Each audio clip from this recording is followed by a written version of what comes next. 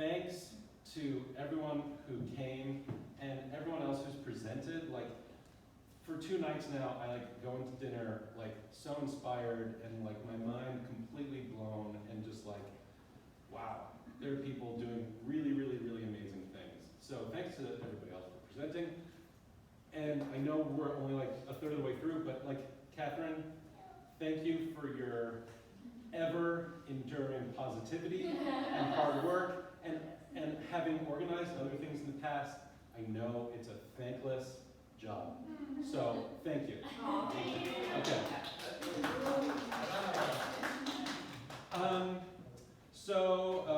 I'm a graphic designer, and that's like a complicated thing because graphic design is weird. I think a lot of times it's like the ugly stepchild of the rest of the more serious arts. And every designer I know, somewhere deep down inside of them has this complex about it. Like you always have to be sort of apologetic. And not really, like I'm not apologetic about it, but I think that instead of just simply showing my work, but there will be work to show, I sort of just wanted to like do a few like quick talks about things that I'm interested in and things that I've done, and sort of like just a way of thinking. Because I think ultimately, and this is a strange thing about graphic design, it's not at its core, I don't think at its core it's a visual practice. I think it's a mental practice. And I think design is a way of thinking. Like any of the arts, but design has some redeemable qualities to it. So because of that, because we're here and I've finally had a few days to absorb things, I just wanted to show some objects around Certosa de Pantagnano that I find to be beautiful and inspiring and really caught my attention. So there's only like 6 of these, and we'll get into other things, like 4 tiny presentations. This is a doorstop inside the chapel. There's 2 of them. They're just marble stone cubes, chiseled away after being used. And there's a purity to this as a design object. It's so contemporary and so old at the same time. And I saw them today, and I was just like, this is incredible. So I just wanted to start here with the purity of a cube, maybe a rectangular cube, its functionality, its materiality, and its beauty, both probably when it was first made, cut, and the way it's worn with time. This is my garbage can under the sink. Like, moving forward, I saw this thing and I was completely obsessed. It's beautiful, it's so simple, it's graphic, it works great, it hits all the requirements for a well-designed object, just like this. They do their job and they're beautiful, and I think that's something. This was the door inside the chapel, which I didn't realize the first time I went into it. It's actually 2 doors. You think this is the door, but then you look up high, and if you wanted to really open up the doors, you can get 2, so you get like 2 doors for the price of 1. These are the lovely chairs that we walk past all the time. I'm obsessed. They're heavy, they're beautiful, also of a certain vintage, and they've worn great with time. This, I'm sure we've all taken note of, is the, well, it looks like wallpaper, right, in both the room where we get our food and the dining area where we eat breakfast. All the walls are hand-painted, which when I realized that, completely blew my mind, because obviously murals and frescoes and all these things, they're awe-inspiring. But there's like a humility and a humbleness to just trying to make it look exactly the same across the entire wall. Like somebody took the time to just slowly draw these words in these little ribbons and to make this fake wallpaper.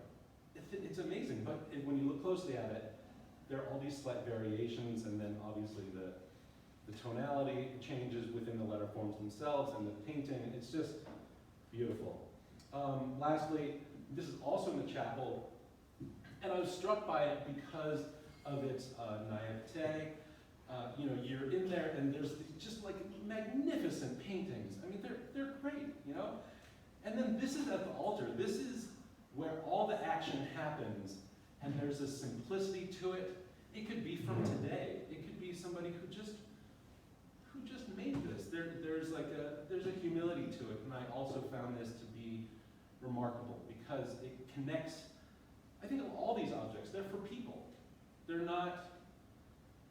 nothing more than what they're intended to be. And I think that ultimately, that's kind of where design lives. So that's one. Two. So because we're all here in a educational and working capacity, I wanted to take the opportunity to make work. But making work in a place like this is really stressful to me and really overwhelming, and I feel like obliged to like do like Renaissance era things or like take pictures of busts or gardens, you know, like you feel that pressure. So it took a few days to find my groove. So this series of drawings that I did this morning about how I got here. And they were just, as I thought about each incremental step of how I got here from the front door of my house to how I arrived in the villa. Oh, thank you. I wanted to go through that exercise, but also try my best to have the discipline to not draw as if I was looking at Google Maps. My criteria for these very simple drawings was how I felt like I was moving through space, and moments within that experience that I remembered. Is that bright enough? Yes. It's bright enough for you, okay. So this is just a sequence of drawings.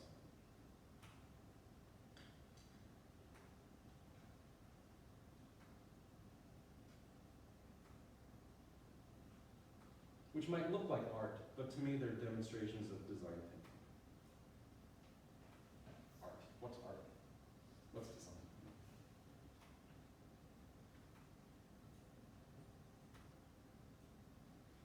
And actually the idea is completely stolen from a project. There's a woman named Myra Kalman who's a wonderful children's book illustrator and thinker and writer, and was married to the late great Tibor Kalman. And she once asked her mom to draw a map from memory, and it's terrible, but it's beautiful at the same time. So this is sort of in that same spirit, like just thinking about it, but not thinking too hard, working from an improvisational sort of space. Okay, so that's my walking tour of how I got here, from my front door in New Jersey to here. Oh, plus there's a couple road trips in there as well. So you're tracing the route? You should tell people what. You're tracing the route? I'm not tracing any, I'm just drawing from my experience, so I'm thinking about it and I... So like running the corner, I turn right and then that? Trying, but not literally. Trying to think about, because you can't remember every turn. Mm-hmm. So, I guess I could go back, why not? If you want to know what it was. Okay.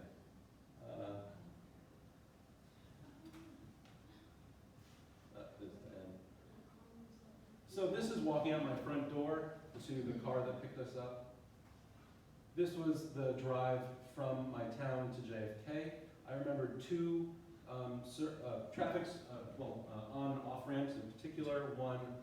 This one took us over the Verrazano, and this one got us off the Verrazano and onto the belt. And then we sort of, because it's weird, driving or moving, you always feel like you're sort of going straight, right? Like, no matter, unless you feel the heave of an automobile or a train, you're always kind of going straight. So these were these moments that I remembered of turning. This was walking out of the car, moving through JFK to our terminal. This was getting onto the plane and into our seats. This was from our seats to the two bathrooms that were behind us. This is so much better with the explanation. Oh, okay. I don't know, sometimes you don't want to give it away. This was getting off the plane and going to get our luggage. This was having gotten our luggage and walking through security and walking a really long distance to only realize that we had to go back the other way to go to the car rental place. This was going up through some turns to the car rental place. This was finally finding the car rental place. This was letting Joanna and the girls sit while I went to the counter at the car rental place. This was leaving the desk, getting the car, and leaving the parking lot. This was the drive from Rome up the coast. It was like a 2-hour drive, but it just felt like a straight line. That's us getting off that road and heading inland.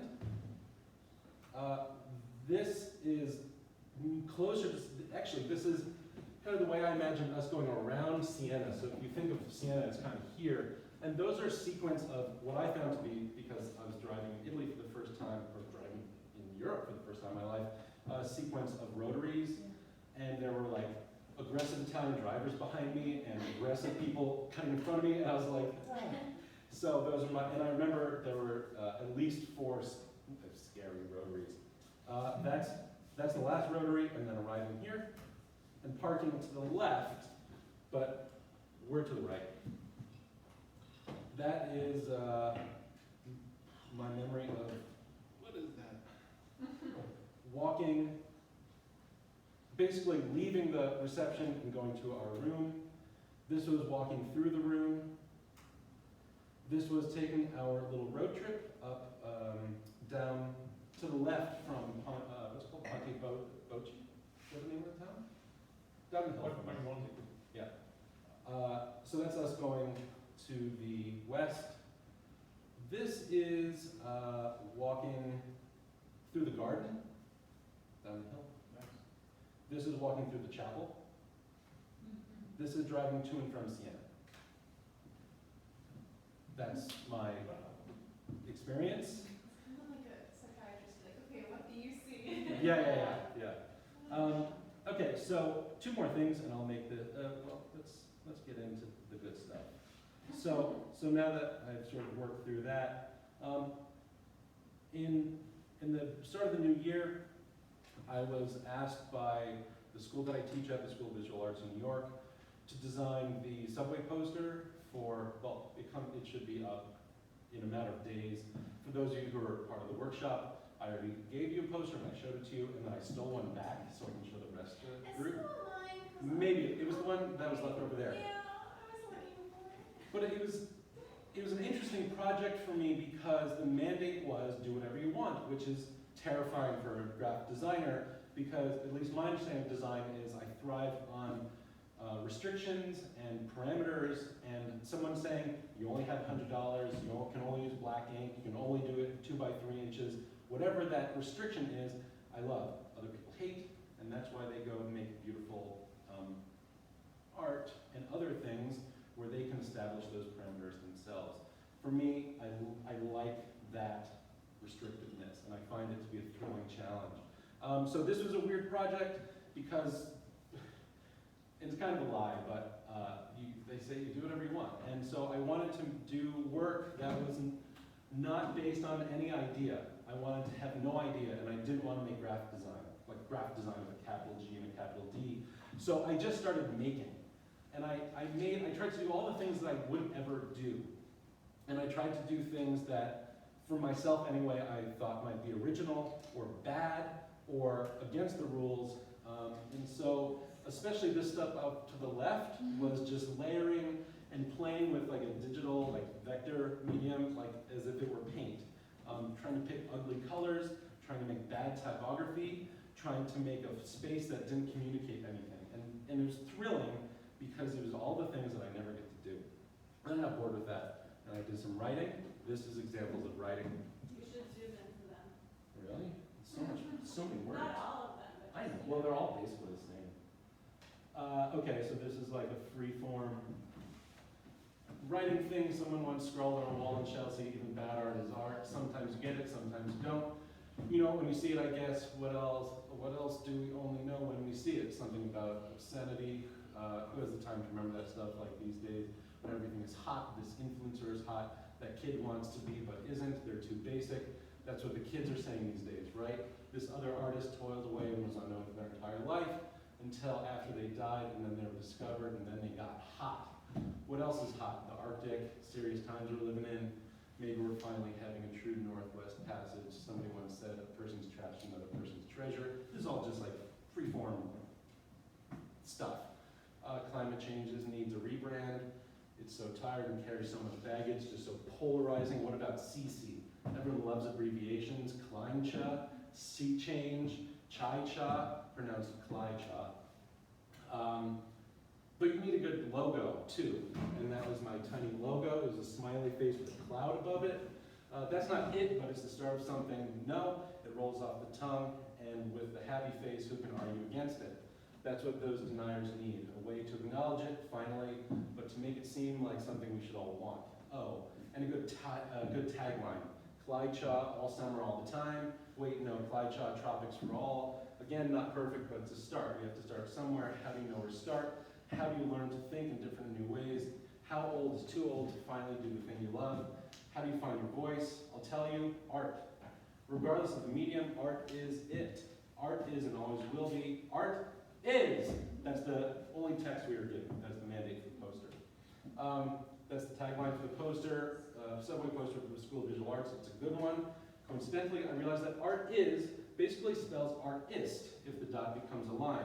Maybe that's a metaphor. Art is artist when a dot becomes a line. Anyway, let's solve the world's problems, let's do good, let's love one another, or at least restore some stability, and let's make art. So that was my attempt at writing. And it's okay. It needs a good edit, but it's fine. Did you pitch all of these to them, or did you send them everything? I did. I drove, Kelly, do you know Gail Anderson? So this woman, Gail Anderson, who is an amazing designer and art director and typographer, I drove her absolutely nuts with this stuff. I sent her all this, and there's a lot, which we'll see, and I won't get into it because a lot of it is just experimentation.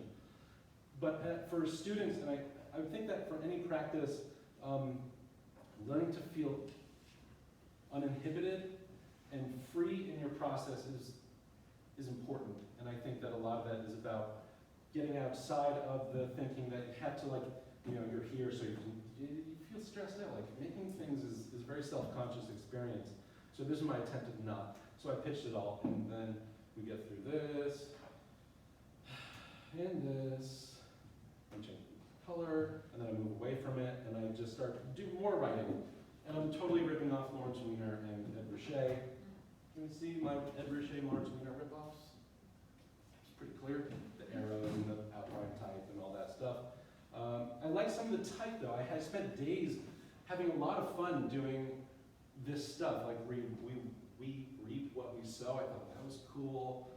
Cluckbait, which was really stupid and funny. What you put in, you take out. I mean, all these were like meditations on art. Okay, so I just kept going, and I sent all this stuff to Gail Anderson, and she wrote me back and said, "This is all great, and this is all like pretty, but you're an idea guy." I said, "How does that mean? You're an idea guy? I don't want to do an idea. Like, you know, some designers are like concept people, and I didn't want to do that because I spent a lot of time doing that. But she said I had to. But I still refused to have an idea, and I just kept making and combining things and playing with language and form and composition, and exploring all the different possibilities that I could think of within variations within that. And I started to get to this place, and you can actually see it looking back. And this is the interesting thing for me about the process. Up there, you can start to see things levitate, and this idea of space and levitation became very important, but I didn't know it at the time. So I just kept going and going. This is also like a total Saul Steinberg ripoff, if you know who Saul Steinberg is. And I did it, and I was like so proud. I was like, yes, I got it. Like the exclamation point is asking itself a question. Cool. And then I realized that I knew that from a Saul Steinberg illustration that he'd done like 1965, where a question mark is thinking about it being like a comma or something. So I had to nix that. But this became the basis for the idea, which was art is that moment where something's captured which is impossible. That it's this ephemeral moment. And this is a photograph that I found of someone popping a water balloon with very fast photography. And so the form of the water holds itself for one split second as the skin of the balloon breaks away, and that was it. And then I showed it to her and a couple other friends, and they said, it's a cool idea, but I don't know what it is. So I went back to, I felt like it wouldn't be a good sketching process without the Mona Lisa. You know, no bad ideas. And then I tried to make really bad typography and layer that bad typography and do more of it. And then I got into these, like I was focused on this moment. Like, what is this moment? Is it bad? Like, are you getting, like, is it like a karate diagram or a wrestling diagram or some workout? I became really interested in these vector drawings and these people. And so you begin to think about like the moment and levitating and people. So that's kind of where we're at. More wrestling. And then this happened, which was also a strong foundation for things. So I also sent this to Gail. And then we got here. And the presentation's almost done for this project. People falling into swimming pools became like a more focused presentation of the idea. It starts with like one of those classic photos of like someone about to walk into a puddle, which is what this is. And I thought that's too cliche. So then this was someone who accidentally tripped and fell into a pool, which I found really funny, and I kept laughing about it. But there's like a darkness to it, like what happened to the guy? Like why is he like falling into the pool? So so we progressed, and then I found that photo of someone doing a cannonball off of a high dive, and that clicked. Because it was that moment, it was a person, it was fun, like who doesn't love doing a cannonball off a high dive? But when you change the context, it became a metaphor. So, so we started to dig into that, and it became a matter of color and typography. How much of the background do you see? I just changed the guy because he looked a lot like Zach Galifianakis, which really didn't work. And I also wanted to make something that was really bright, like because this has to live in the subway.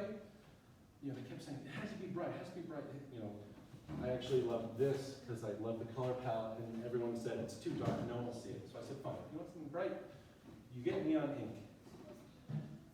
So then but some of this stuff are posters that I also designed in different languages because I feel like SVA and a lot of other art schools are hugely international and people speak all sorts of different languages.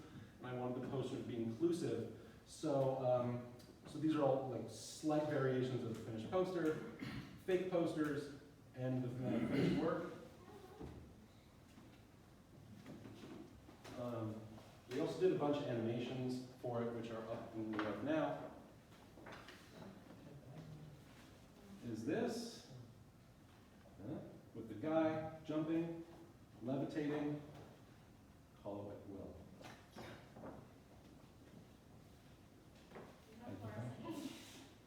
It was very fun to work with this fluorescent. And it actually works better in dark light, which is kind of a surprise. Okay, so that's sort of a case study of a project which is very recent. I also wrote this, authored, organized this book, which I'll just touch on, and then I just wanted to show one more thing, and then I'm done. Am I running late? Yeah. No? Okay. I'll blast through this. So this was a book about the graphic design process, in which I interviewed scores of people, colleagues, friends, strangers who I revered. Maybe I was even a super fan. And for anyone who's interested in design, this is a good crash course in that. But it's not really about design, because I didn't want to ask someone like Milton Glaser. Who knows who Milton Glaser is? Milton Glaser designed the I Love New York logo, in addition to like thousands of millions of other things. Milton Glaser is like the super god of American graphic design. Is that, Album cover is nice, it's very 70s. well, him and Push Pin, they did, but he's still making work and making good work. And he just turned 90, and he's so important that the New York Times wrote an article about him turning 90. So put that in perspective. So like meeting with Milton Glaser, or Paula Scher, or Stefan Sagmeister, or Bob Gill, or Ivan Chermayeff, and Tom Geismar before Ivan died. You know, my one rule was I'm not talking about the things that everybody else talks about, because I wanted this book to be about substance. I wanted to try to find a way to have an earnest and straight conversation with designers about where their priorities are, the things that they love doing, why they do these things. And the interviews are human. They're not just like, how did you have the idea for the I Love New York logo? Like Milton Glaser has been answering that question for probably a half century. So I refused to talk about that. It was other things I was interested in. So I will blow through this. Oh, this was, one thing I will mention is I handed everybody this piece of paper with 2 dots, and I asked them to visualize what the process looked like for them. And these were some of the best ones. This one's by Karen Goldberg, and they had like 2 seconds. I just do it. This is by Myra Kalman, very Myra. I love this, Underbelly. It's like, there's a monster. Stephen Doyle, he just changes the end goal and goes somewhere else. That's Abbott Miller. This was brilliant, that's by Ivan Chermayeff. So the idea was that instead of going to that dot, he picked a different hole punch dot on the page. That guy was really, really smart. And then Natasha Jen was that. This was like her version of a monster, I think. Okay, so I'm just gonna go through this work because I think that for students, and myself too, like all this work looks like what we think of as art. It looks like work that comes out of a proper art school training. It doesn't look like smooth logos and fancy snazzy graphics, because the underpinning of it all is still a creative process that resonates across most disciplines. And I won't describe these if you want. I mean, there's a couple of these floating around that I brought for students in the workshop. But I still read these interviews because I didn't write them. I find them to be completely inspiring. Like there's an interview with Experimental Jet Set, and they're so smart and so articulate, and the concerns and the priorities would resonate no matter what you do. Like you could be a choreographer and you could read this, and I promise you'd get something out of it. Ed Fella, Ed Fella is also, these are like portraits, sketches, they're amazing. Collage, digital experimentation, keep going. Watercolor. So these are each representations of work from the This is designers in the book. from their, yes, So and each it's one from their has spread. archives. So they have spread and some of their work kind of thing. They're organized by category. So the sections and the interviews relate to those categories. And so this is under the writing and drawing process categories. Was it a lot of unpublished stuff, or was it pretty well known? Most of it is unpublished. Okay. Or later published, but a lot of it was, it took a lot of time to convince people to let me just rummage through their archives and show me stuff, if they kept it all, because designers are both compulsive archivists and don't care about this stuff. You know, I think that once you do a project, you sort of move on. Because the Glazer's all sort of preparatory sketches, no, for his final artwork? Some designers had multiple projects within each category, and so even though we see like a tracing paper sketch by Milton Glaser, we see photo reference material and then the finished poster in the end. Because finishing your work is definitely part of the process as well. So this is prototypes, tools, and photography.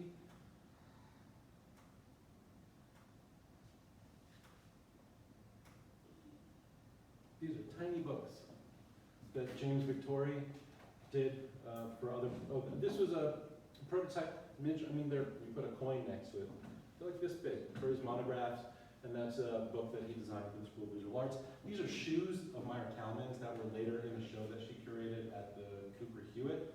She calls them the shoes that make her walk slow, because she found these shoes in London, and they're like a half size too big, but she loved them and she bought them anyway. But for her, walking was so fundamental to the process, because if she could walk slowly with these slightly slipping shoes, then she could slow her mind down and think, which is beautiful. I've also always loved that. That's a photo that Karen Goldberg took of the inside of a door. And through the lens of design, it's just totally about composition and shape. Moving right along. These are also, apropos our trip here, these are all photos that Stephen Doyle took throughout his travels, probably mostly in Italy, but maybe France as well. And you can see, as you read his interviews and you see this material, you'll see some finished work in the end that draws these lines. These are photos and Polaroids that Milton Glaser took in preparation for the sketches that you saw earlier, for poster that you'll see later. We move into assemblage and mechanicals. Mechanicals are like the things you put together in order for something to go to a printer. It's a little bit of an outdated term, but you get the idea. So do you revisit the same project by each designer going through the book kind of thing gradually, or is it all kind of together? It's really spread out. Okay. Because some designers would only have a couple things, and others would have vast amounts of material. And so the challenge in terms of putting the book together was, how do you make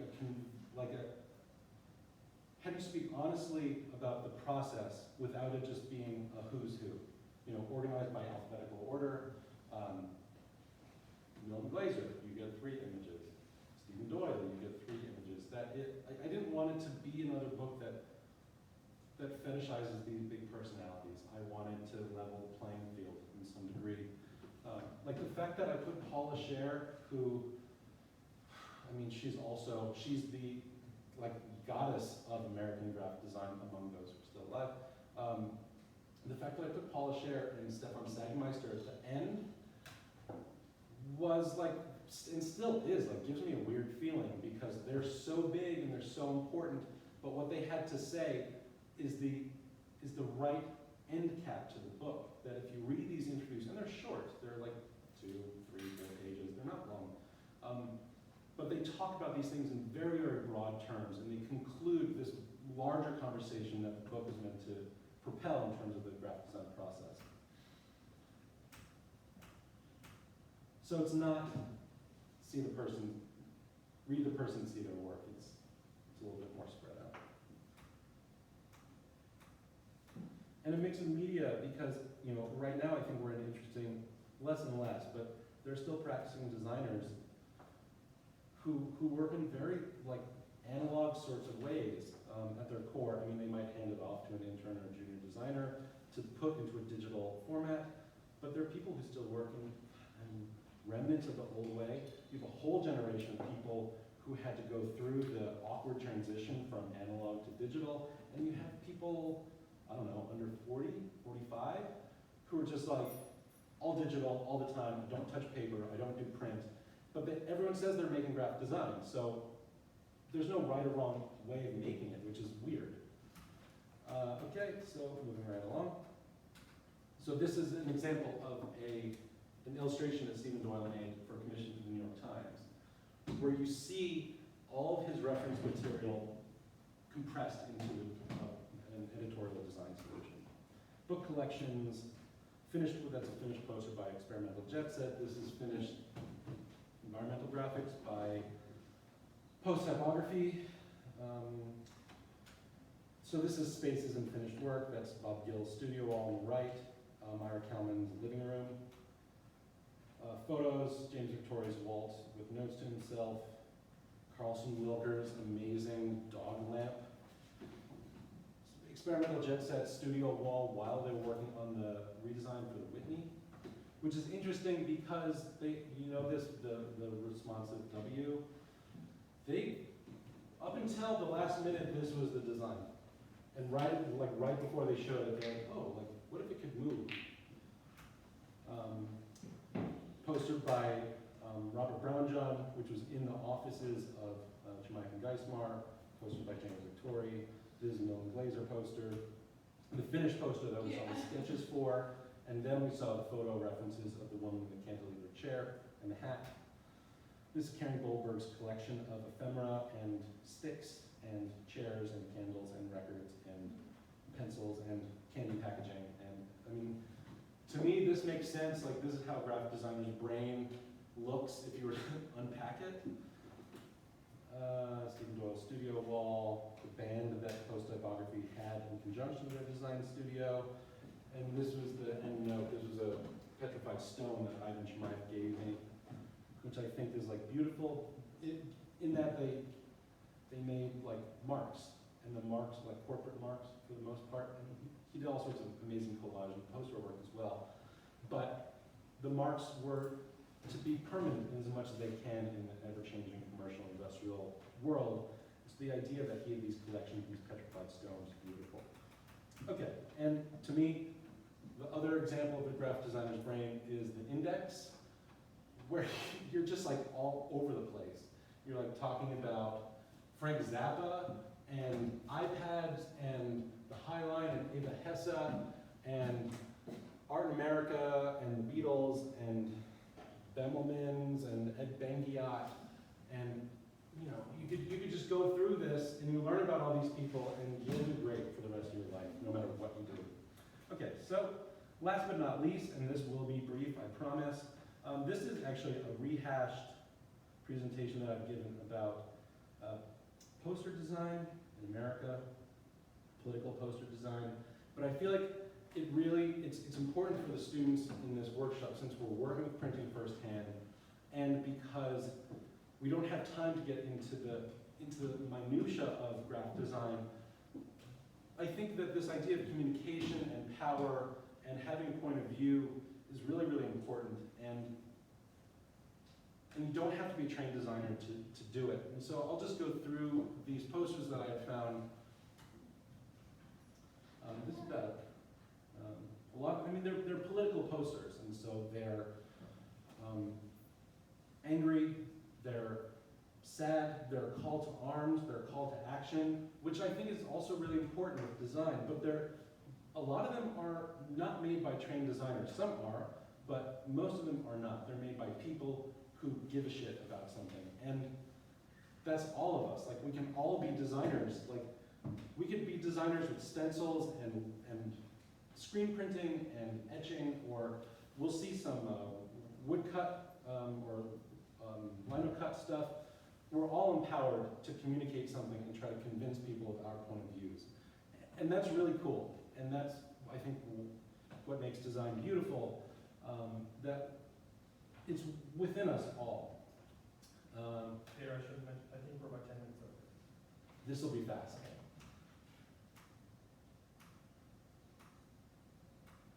A lot from the 60s, obviously. This is by Grapus, which is like excellent, speaking clearly. This is also incredibly powerful poster in that you need someone to wear it for it to be contextualized and make sense. These are from the Civil Rights era. This is a famous poster by Seymour Quast, trained designer. Some Keith Haring stuff. So this idea of working with familiar forms and tweaking them, I think, is very important. I mean, I have in here an extremely powerful poster about the Vietnam War and the My Lai massacre, but it's a little heavy. I don't know if we want to see that. But most of this type is handmade. We can see a sequence of these forms into modern day, using well-established photography. Maybe I'll finish on this. This is a Norman Rockwell painting, and James Victori took it and worked over it in order to change the point of view and to say something more poignant and of the time with it. And that's the thing, like, you don't have to always make new forms. I think that there's power in taking existing forms, working with things that people recognize, and then turning it on them, and showing that, changing context, putting it in a new way. And all of these are ideas that we are all possessed with and that we can all do ourselves, whether we've gone through a traditional design training or not. So, there you go. Thank you all for listening.